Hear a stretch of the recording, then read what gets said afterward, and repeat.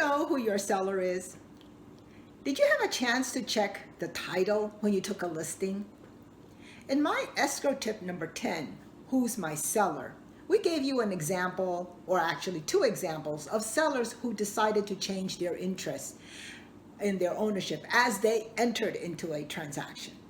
In this session, I talk about complications that arose due to the existence of an undisclosed owner.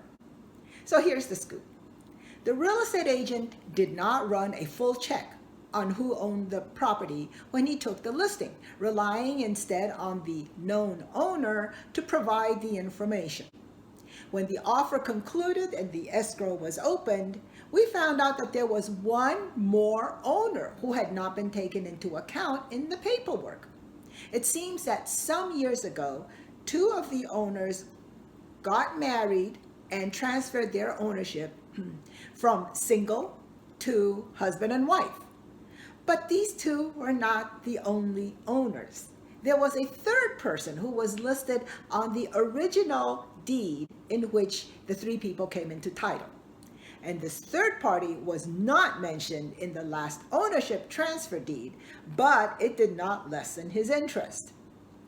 So you would say, no problem, just add him onto the paperwork, right? The unfortunate part is that this third party did not want to sell.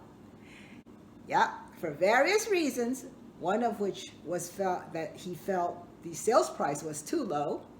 He refused to agree to the sale, which left the two other owners and the buyers high and dry. The two other owners had to sell as they had committed themselves to the purchase of another property. The buyer really wanted to buy because market inventory was very low and they wanted to hang on to this transaction because they felt it was a great investment. The only problem was that third undisclosed owner.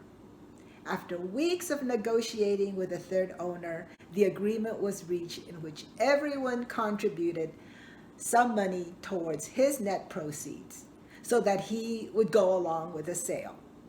The buyer added an extra few thousand. The two owners agreed to take less than their 2/3 share. And the two real estate agents each agreed to contribute from their commission. Isn't this traumatic?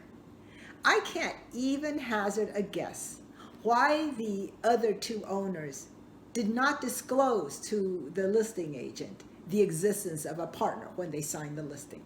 In fact, one of the contentions was that without that third signature, how valid was that listing agreement? Did they just forget about the other person, or did they think his signature was not necessary to sell? I never did find out, but here is my escrow tip.